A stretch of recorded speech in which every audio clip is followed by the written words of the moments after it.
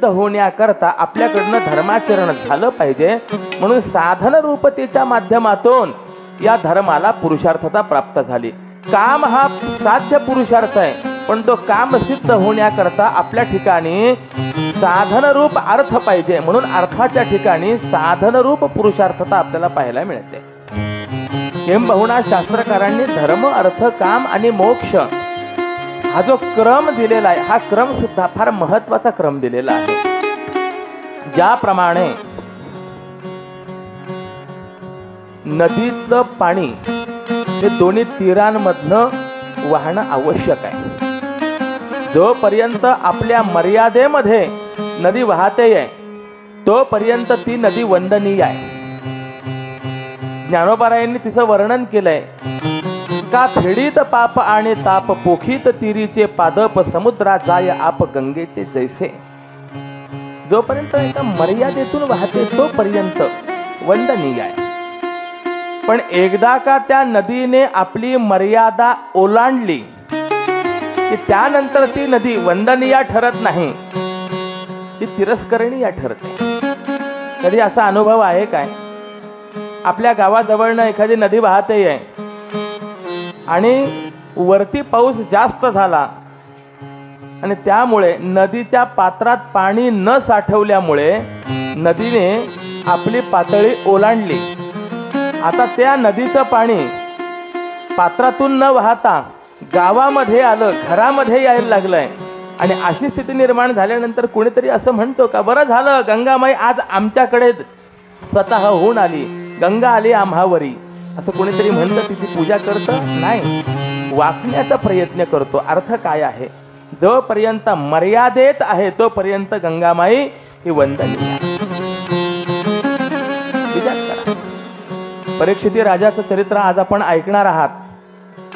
परीक्षिती राजा तसा पाहिला तर सात्विक राजा हो, परंतु अशा सात्विक राजाला सुद्धा शृंगींचा शाप झाला. वस्तुतः एवढा धर्मशील परीक्षिती की परीक्षितीवरती आक्रमण करण्याकरता कलीला सुद्धा 30 वर्षांच्या कालावधीची वाट पाहावी लागली. वर्णन आहे. आणि 30 वर्षानंतरही परीक्षितीवरती कलीने आक्रमण केलं, त्याचं एकमेव कारण आहे, दुसऱ्याची वस्तू वापरली. सर्वांना माहिती आहे, ज्या दिवशी परीक्षिती राजा शिकारीला निघाला, मुकुट पाहत असताना जरासंधाचा जो मुकुट आहे तो डोक्यामध्ये घातला, दुसऱ्याची वस्तू वापरली, परिणाम बुद्धी भ्रष्ट झाली. आणि म्हणून मी नेहमी सांगतो, दुसऱ्याला टोपी घालू नयेच, पण दुसऱ्याची ही टोपी घालू नये. बऱ्याच वेळेला असा अनुभव येतो. आम्ही कीर्तन करत असताना सत्काराला येणारी, हार घालायला येणारी जी असतात, टोपी विसरतात. तो समोर बसलेला असतो, त्याच्या डोक्यावरची टोपी काढतात, आपल्या डोक्यावरती घालतात आणि आम्हाला हार घालतात. नाही, दुसऱ्याची वस्तू वापरण्याचा परिणाम काय आहे त्याचं ज्वलंत उदाहरण म्हणजे परीक्षिती आहे. मला सांगायचं तात्पर्य आहे, परीक्षिती राजाला शाप झाला. का शाप झाला याचं उत्तर भागवताने दिलेलं आहे. इति लंघित मर्यादम तक्षकः सप्तमे हणी. ज्याने आपली मर्यादा ओलांडली, मर्यादेचं ज्याने उल्लंघन केलंय, अशा या परीक्षितीला आजपासून 7व्या दिवशी सर्पराज तक्षकाच्या दंशाने मरण आहे. मर्यादा, माझा मुद्दा तिथे चाललेला आहे. गंगाबाई आपण पाहिली, मर्यादा महत्वाची आहे. परीक्षिती राजा आपण पाहिला, मर्यादा ओलांडल्या गेली, हानी झालेली आहे. रामायणामध्ये गोड प्रसंग आहे. रावण मारीच्याकडे गेला. मारीचा दंडकारण्यामध्ये कुणी एक तपस्वी आहे, त्याच्या बंधूने आपल्या भगिनी शूर्पणखेचे नाक कान कापले. प्रतिशोध घ्यायचा आहे आणि त्याच्या पत्नीचं हरण करायचं आहे. याकरता मला सहकार्य हवंय. काय सहकार्य करायचं? सुवर्ण मृगाचं रूप धारण करा आणि त्या साध्वीपासून तिच्या पतीला दूर घेऊन जा, मी तिचं हरण करणार आहे. त्या मारीच्याने प्रश्न विचारला, ज्याच्या पत्नीचं हरण करायचंय त्याचं नाव काय? रावणाने सांगितलं त्याचं नाव आहे राम. राम नाव ऐकल्याबरोबर मारीचाने सांगितलं, रावणा हा विचार सोडून द्या. का? रावणा, तुमच्याकडे मंत्रांच्या माध्यमातून मिळवलेली कदाचित शक्ती असेल, सिद्धी असेल, पण राम सामान्य नाहीये. रामो विग्रहवान धर्म. राम साक्षात मूर्तिमंत धर्म आहेत आणि त्याच्याकडे धर्माचं बळ आहे. त्याच्या समोर जगातलं कोणतंही बळ टिकू शकत नाही. आणि रावणा, तुम्हाला कदाचित रामाच्या सामर्थ्याचं ज्ञान नसेल, अनुमान नसेल, पण रामाचं सामर्थ्य मी अनुभवलंय. विश्वामित्रांच्या यज्ञामध्ये ज्या वेळेला विघ्न करण्याकरता आम्ही जात असे, त्यावेळेला 15.5 वर्षाचे असलेले रामराय, ऊन षोडश वर्षो मे वर्णन आहे, त्यांनी बिना टोकाच्या बाणाने माझ्यावर आघात केला. शतयोजन विस्तीर्ण असलेला समुद्र पार करून मी इथे येऊन पडलो. आणि तेव्हापासून ज्या ज्या पदार्थांचा आरंभ र अक्षरापासून होतो, मी त्यांच्या वाट्याला जातच नाही. सोडून द्या विचार. रावणाने सांगितलं, जर मला सहकार्य केलं नाही मी मारेन. मारीचाने विचार केला, याच्या कर्मामध्ये सहकार्य नाही केलं तर रावणाच्या हाताने मरण आहे, आणि रावणाला सहकार्य केलं तर रामाच्या हाताने मरण आहे. रावणाच्या हाताने मरण्यापेक्षा रामाच्या हाताने मेलेलं चांगलं, किमान मोक्ष तरी मिळेल. आणि म्हणून त्याने सांगितलं, ठीक आहे, हरकत नाही, स्वीकारलं. योजनेप्रमाणे सुवर्ण मृगाचं रूप धारण केलं आणि ज्या ठिकाणी सीतामाई राहत होती त्या पर्णकुटीच्या आसपास ते हरिण फिरायला लागलं. सीतामाईच्या नजरेला हरिण पडलं आणि सीतामाईने रामरायांकडे अपेक्षा व्यक्त केली, रामा, ते हरिण बघा, त्याची अंगकांती किती सुंदर आहे. जर जिवंत मिळालं तर त्याच्या सोबत मी खेळेन, विहार करेन. आणि कदाचित जिवंत जर मिळालं नाही तर त्याच्या चर्मापासून निर्माण झालेलं जे वस्त्र आहे ते परिधान करेन. आता प्रश्न असा आहे की आजपर्यंत सोन्याचं हरिण कधी पाहिलंय का? न दृष्टपूर्वहा. कधी ऐकलंय का? कधी ऐकलंही नाहीये. पण असं असताना सुद्धा रामराय सुवर्ण मृगाच्या इच्छेने सुवर्ण मृगा पाठीमागे धावलेत. असं का व्हावं? काही टीकाकारांनी असा विचार मांडला, विनाशकाले विपरीत बुद्धी. ज्याला विनाशकाल जवळ येतो त्यावेळेला माणसाने त्या पद्धतीने वागायची बुद्धी होत असते. ज्ञानोबाराय आपल्याला समजावून सांगतात, होणारा ऐसी बुद्धी ठाके. भविष्यामध्ये जशा घटना घडणार असतात त्याप्रमाणे माणसाला वागण्याची बुद्धी ही होत असते. मला प्रश्न विचारायचा आहे की खरोखर मर्यादा पुरुषोत्तम मूर्तिमंत प्रभू रामचंद्रांच्या विषयी आपण विनाशकाले विपरीत बुद्धी असं म्हणू शकतो काय? सामान्य करतात हा विचार कदाचित आपल्याला मान्य करता येईल, परंतु देवाच्या विषयी विचार करत असताना बलियसी केवल मी ईश्वरेच्छा, त्या परमेश्वराची इच्छाच बलवान. रामरायाने आज विचार केला, आज तागायत सीतामाईने आपल्याकडे काहीही मागितलेलं नाही आहे, आणि असं असताना आज जर पहिल्यांदा कदाचित काही मागितलेलं असेल तर त्या सीतामाईची इच्छा आपण पूर्ण करावी की नाही. रामरायासमोर आजपर्यंत वागलेली सीता आहे. 11व्या स्कंधामध्ये करभाजनांनी रामरायाचं 2 श्लोकात वर्णन केलेलं आहे. त्यामध्ये एक वाक्य फार सुंदर आहे, माया मृगम दयितये सीतमन्वधावन वंदे महापुरुष ते चरणारविंदम.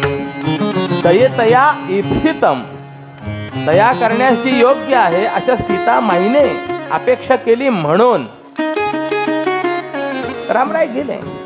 पण जाताना लक्ष्मणांवरती जबाबदारी सोडून गेले. लक्ष्मणा, एक लक्षात ठेव, हे अरण्य आहे, इथे अनेक राक्षस वगैरे निवास करतात, सीतामाईचं रक्षण करा. लक्ष्मण महाराज राहिले. रामराय सुवर्ण मृगा पाठीमागे गेले. सर्वांना माहिती आहे या मारीचाचं हे भाग्य. रामरायाचा आज टोकाचा बाण लागला. शास्त्रकार सांगतात, करोडो जन्मांची पुण्य सामग्री एकत्र यावी त्यावेळेला शेवटच्या क्षणाला मुखामध्ये रामनाम येण्याची शक्यता आहे. अंतकाळी ज्याच्या नाम आले मुखा, तुका म्हणे सुखा पार नाही. आणि हे भाग्य कुणाला लाभलं असेल तर ते मारीचाला लाभलं. मरणाच्या क्षणाला त्याने राम राम उच्चार केला आणि आर्त भावाने एक कपट करण्याकरता म्हणून, हे लक्ष्मणा हा सीते त्राहिमाम धाव. आणि हा आर्त स्वर जो आहे सीतामाईंनी ऐकला, लक्ष्मणांनी ऐकला. सीतामाईंनी लक्ष्मणांना सांगितलं, लक्ष्मणा ऐकत आहात ना? ऐकता आई साहेब, जा रामरायाला सहकार्य करा. राम संकटात आहेत. लक्ष्मणांनी सांगितलं, आई साहेब हे कपट आहे. आपण रामरायांची धर्मपत्नी आहात, पण रामरायाचं सामर्थ्य आपण जाणून नाही आहात. ते सामर्थ्य मला माहिती आहे. रामरायाचं सामर्थ्य असं आहे, निमिषेणैव हन्ये माम निमिषेण सृजाम्यहम. डोळ्याची पापणी लवते न लवते इतक्याच कालावधीमध्ये संपूर्ण सृष्टी निर्माणही करू शकतात आणि पूर्ण सृष्टीचा संहारही करू शकतात. हे सामर्थ्य रामरायाचं आहे. काळजी करू नका. पण स्त्री स्वभाव, रामायणातले जे अनेक कटू प्रसंग असतील त्या सर्व कटू प्रसंगातील सर्वात कटू प्रसंग जर कोणता असेल तर हा प्रसंग आहे.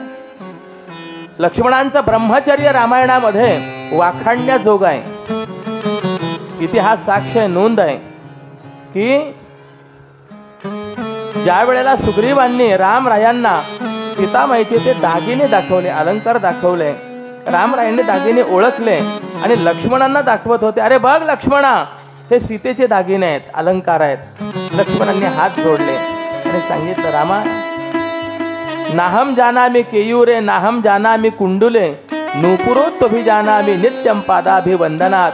रामा, हे तुम्ही जे काही आई साहेबांच्या कानातले मला दाखवत आहात, बाजूबंद दाखवत आहात, कंकण दाखवत आहात, हे काही मी जाणत नाही, काही ओळखत नाही. हे सीतामाईचे आहेत की दुसऱ्या कुणाचे आहेत मला माहिती नाही आहे. पण नूपुरोत्तभिजानामि, पण पायातली जी पैंजणं आहेत ही मात्र मी ओळखतो, हे सीतामाईचेच आहेत. मी रोज सीतामाईला नमस्कार करत असे त्यावेळेला पायाच्या घोट्याखाली असणारी जी काही पैंजणं आहेत ती माझ्या नजरेला पडत असत, म्हणून मी सांगतो की ही सीतामाईची आहेत. म्हणजे विचार करा, जवळपास 13-13.5 वर्ष सीतामाईच्या पाठीमागे चालून सुद्धा त्या महात्म्याची दृष्टी सीतामाईच्या घोट्याच्या वरती, पायाच्या घोट्यावरती गेली नाहीये. अजून काय ब्रह्मचर्य असावं. आणि अशा लक्ष्मणांना आज सीतामाईने निर्भर्त्सना करून खूप अपमानित केलं. लक्ष्मणांनी सांगितलं, आई साहेब ठीक आहे, हरकत नाही आहे, तुमची इच्छा म्हणून जातो, परंतु रामरायाने माझ्यावरती आपल्या संरक्षणाची जबाबदारी सोडलेली आहे, म्हणून एक मर्यादा मी आपल्याला घालून देतो. आणि जोपर्यंत आपण मर्यादेत आहात तोपर्यंत आपण सुरक्षित आहात. सुरक्षित राहण्याकरता फक्त एकच विनंती आहे, मर्यादेचं उल्लंघन करू नका. लक्ष्मण रेषा आहे, इतिहास साक्ष आहे. आलेल्या रावणाला लक्ष्मण रेषा ओलांडून आत येता येत नाहीये. युक्तीने सीतामाईला मर्यादा उल्लंघन करायला भाग पाडलं आणि ज्या वेळेला मर्यादेचं उल्लंघन झालं त्यावेळेला सीतामाईचं हरण. मर्यादा मला सांगायची आहे, माझा मुद्दा चाललेला आहे.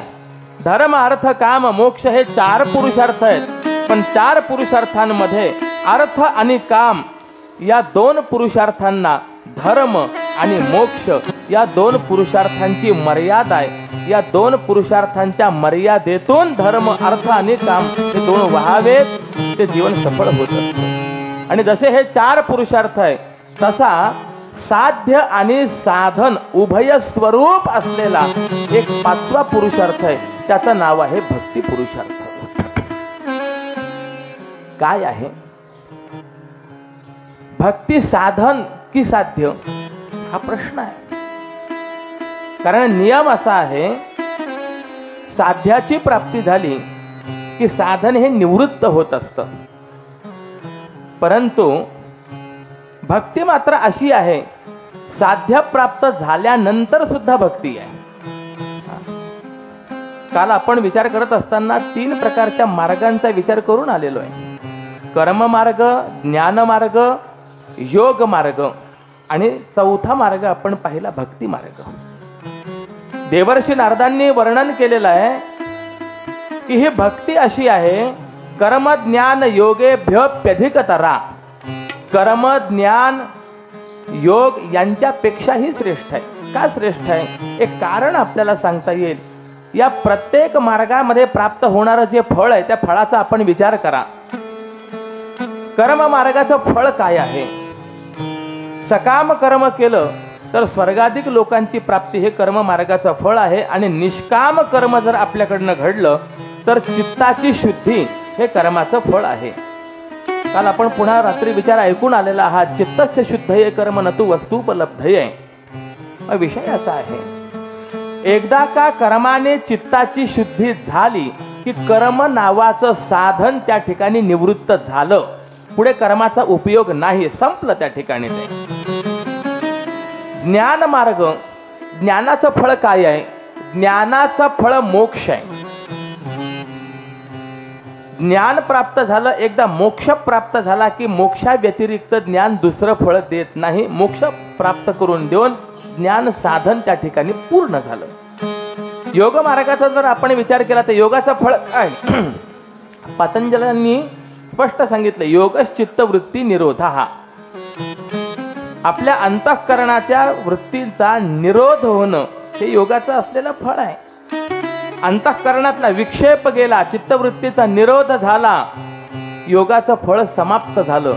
म्हणजे कर्म हे साधन विशिष्ट साध्य प्राप्त करून देऊन शांत होतं. ज्ञान हे साधन सुद्धा विशिष्ट फळ देऊन शांत होतं. योग हे साधन सुद्धा विशिष्ट फळ देऊन थांबतं. परंतु भक्ती हे साधन मात्र असं आहे, भक्तीचं फळ आहे भगवत प्राप्ती. आणि भगवत प्राप्ती झाल्यानंतर सुद्धा पुन्हा भक्ताकडनं भगवत भक्ती ही चालूच राहते. हे भक्तीचं असलेलं वैशिष्ट्य आहे. म्हणून तो साधनरूप पुरुषार्थ नाही, तो साध्यरूप पुरुषार्थ आहे. म्हणून आपल्याकडे भक्तीचा विचार करत असताना 2 प्रकारच्या भक्तींचा विचार आहे. ज्ञानपूर्वा भक्ती आणि ज्ञानोत्तरा भक्ती, अशा 2 प्रकारच्या भक्ती आहेत. ज्ञान होण्यापूर्वी असलेली जी भक्ती आहे ती साधन भक्ती आहे. आणि ज्ञान झाल्यानंतर केली जाणारी जी भक्ती आहे ती साध्यरूप भक्ती आहे.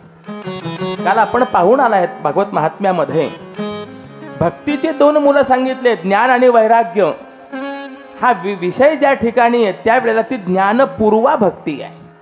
पण ज्ञान झाल्यानंतरही भगवत भजन करीत राहणे. मला प्रश्न विचारायचा आहे, ज्ञानोबा रायांना भगवत प्राप्ती झाल्यानंतर पुन्हा भजन करण्याची आवश्यकता आहे काय? नाही. पण बाळछंद जर आपण पाहिला, ज्ञानदेवी घेतले दान, हृदयी धरोनिया ध्यान, समाधी बैसला निर्वाण, कथा कीर्तन करीतू बाबा बाळछंद. हा सगळा विषय जर आपण पाहिला, आजही माऊली नामस्मरण करतायत.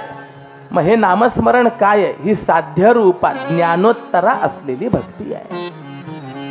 महात्म्यांचा जर आपण विचार केला, पहिले भगवत प्राप्ती होण्याकरता भजन, आणि भगवत प्राप्ती झाल्यानंतर सर्वात्मकपण प्राप्त झाल्यानंतर मग पुढचं भजन, ज्ञानोत्तरा भक्ती. काय झालं?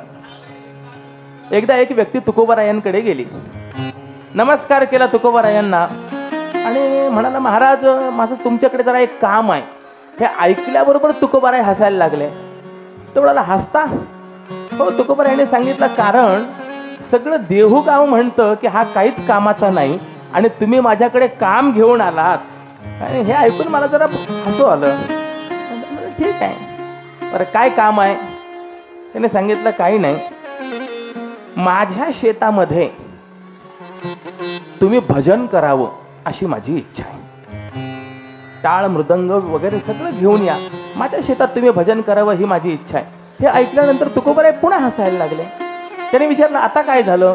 तुकोबारायाने सांगितलं, नाही, जे काम मला जमतं तेच काम सांगितलं म्हणून मला हसू आलं. ठीक आहे म्हणे येणार नक्की, येतो म्हणे भजन करायला येतो. बरं टाळ पखवाज वगैरे घेऊन या बरं का, ती सगळी व्यवस्था माझ्याकडे काही नाही. त्यांनी सांगितलं घेऊन येतो, काळजी करू नको. बरं. आणि ही बातमी गावामध्ये पसरली. 10 माणसं आले आणि त्यांनी सांगितलं अरे आम्ही ऐकलं उद्या तुझ्या शेतामध्ये भजन आहे. हो. अरे कशाला तर तुकोबारायांच्या पाठीमागे लागला? आजपर्यंत जे जे ज्ञानोबाराय तुकोबारायांच्या पाठीमागे लागले त्यांचा संसार काही चांगला झाला नाही, तुला माहिती नाही का? त्याने सांगितलं अहो नाही, त्याचं कारण असं आहे म्हणे, सध्या माझं पीक जे आहे ते हुरड्यात आलंय, म्हणजे कणसं भरली आहे, दाना भरलाय. बर.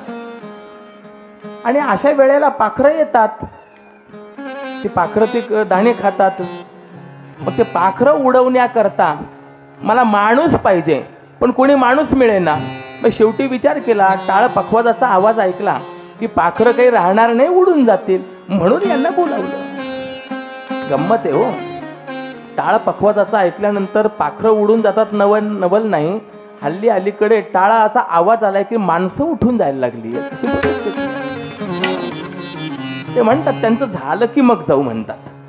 हो. पण गंमत अशी, मला ज्ञानोत्तरा भक्ती सांगायची आहे.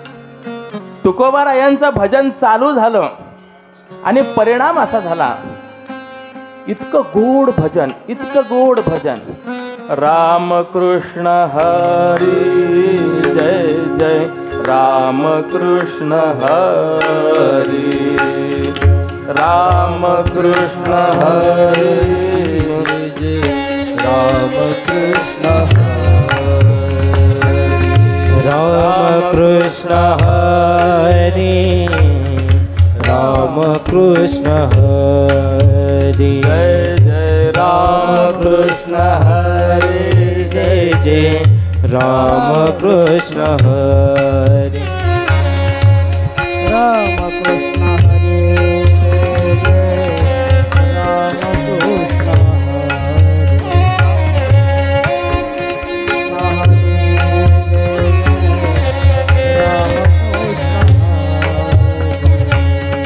राम कृष्ण हरी जय जय, राम कृष्ण हरी, राम कृष्ण हरी जय जय, राम कृष्ण हरी, राम कृष्ण हरी जय, राम कृष्ण राम कृष्ण हरी जय राम कृष्ण राम कृष्ण हरे जय जय,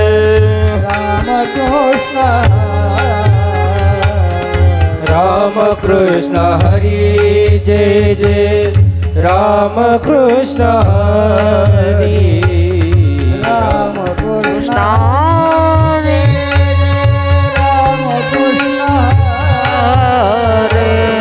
राम कृष्ण हरी जय जय, राम कृष्ण हरी,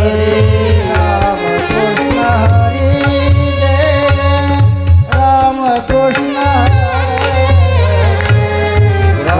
कृष्ण हरी जय जय, राम कृष्ण राम कृष्ण हरी जय जय,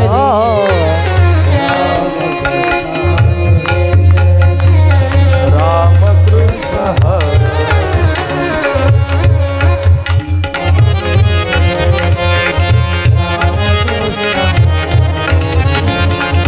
राम कृष्ण हरी जय जय, राम कृष्ण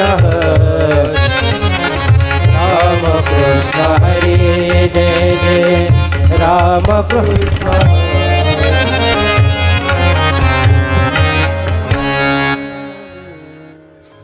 तुकोबारायांचं भजन इतकं गोड, इतकं गोड. परिणाम असा झाला, कणसावर बसलेली पाखरं तर हल्ली नाहीच नाही, पण दुसऱ्याच्या शेतात असलेली त्या शेतामध्ये येऊन बसली. ज्ञानोत्तरा भक्ती.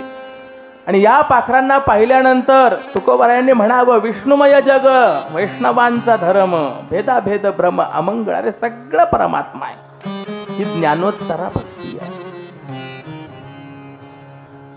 माझा मुद्दा आहे की भक्ती हा पंचम पुरुषार्थ आहे आणि असा विशेष पुरुषार्थ आहे की साध्य रूपही पुरुषार्थ तोच आहे आणि साधन रूपही पुरुषार्थ तोच आहे.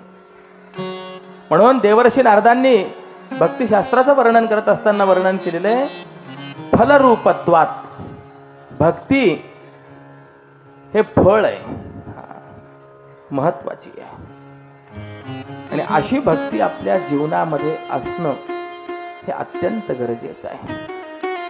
किंबहुना काल आपण विचार करून आलोय, अशी भक्ती ज्याच्या ठिकाणी आहे तोच खरा भाग्याचा आहे.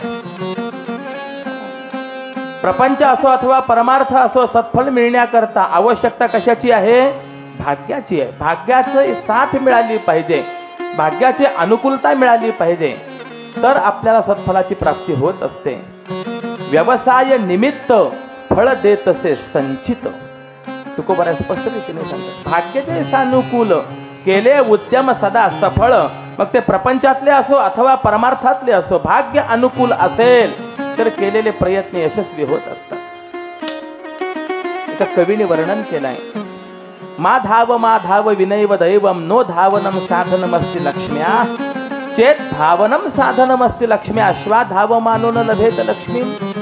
अरे बाबा, प्रारब्धाच्या अनुकूलते वाचून केवळ धावाधाव करू नको. केवळ धावाधाव करणं हे उत्कर्षाचं, संपत्ती प्राप्तीचं साधन नाही.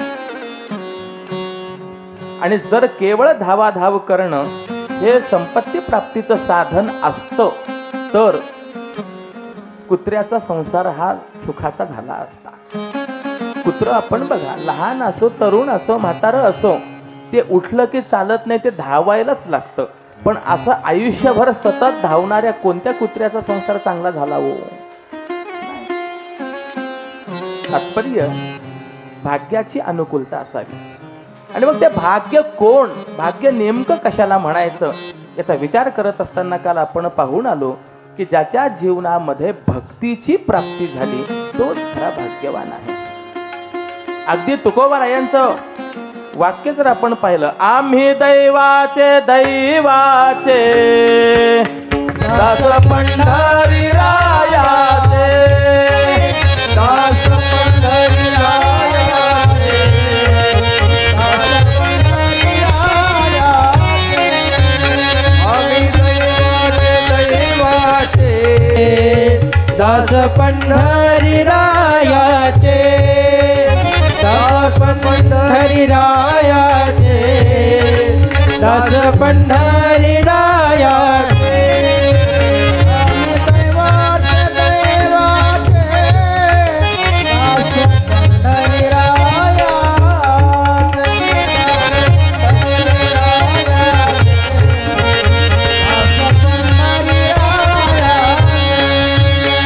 आम्ही दैवाचे दैवाचे दास पंढरी रायाचे, दास पंढरी रायाचे, दास पंढरी रायाचे.